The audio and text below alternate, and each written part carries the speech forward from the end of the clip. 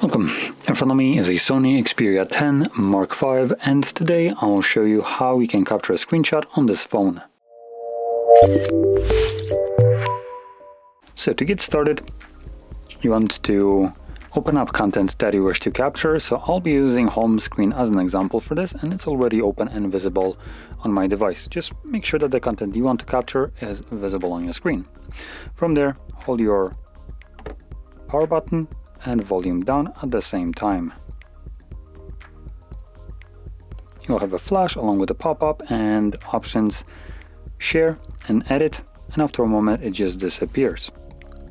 And there we go. Now once it disappears, you can find the screenshot in your Photos application by navigating into the library, and here you should find a folder called Screenshots, where you'll obviously find strictly screenshots that I've captured over the time. And there is mine. So there we go. So if you found this very helpful, don't forget to hit like, subscribe, and thanks for watching.